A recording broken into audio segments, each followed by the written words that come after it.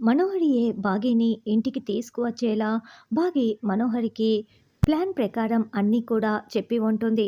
దాని ప్రకారం మనోహరి బాగీని ఇంటికి రమ్మని చెప్పటంతో ఇక బాగీని తీసుకురావటం కోసం రాథోడ్ ఆశ్రమానికి వెళ్ళి ఉంటాడు.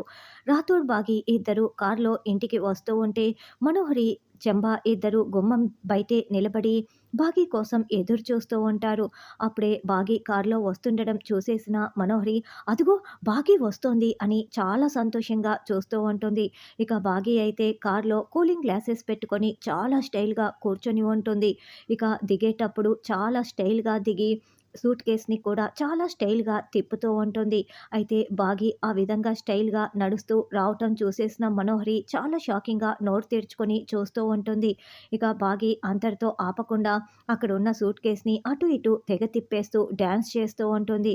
బాగీతో సమానంగా రాథోడ్ కూడా డాన్స్ చేస్తూ అదర్ కొడుతూ ఉంటారు. ఇద్దరూ అలా డాన్స్ చేస్తూ లోపలికి వస్తూ ఉండటంతో మనోహరి మరింత షాకింగ్‌గా నోరు తెరుచుకొని బాగీ వైపు చూస్తూ ఉంటుంది. చెంబా కూడా నోరు తెరుచుకొని డాన్స్ చేస్తున్న బాగీ వైపు చూస్తూ ఉంటుంది. అయితే మనోహరిని బాగీ బకరా చేస్తోందని చెంబాకి అర్థమైపోయి ఉంటుంది. అయితే మనోహరి మాత్రం ఇంకా షాక్‌లో ఉండిపోయి బాగీ తనని, అమర్‌ని దగ్గర చేయటానికే ఇంట్లో అడుగు పెడుతోందని చాలా సంతోషంగా చూస్తూ ఉంటుంది. మరి ఇక్కడి నుంచి మనోహరి ఎలా బకరా అయిపోతుంది, బాగీ ఏ విధంగా గెలవనుంది అన్నది రానున్న ఎపిసోడ్‌లో తెలుసుకుందాం.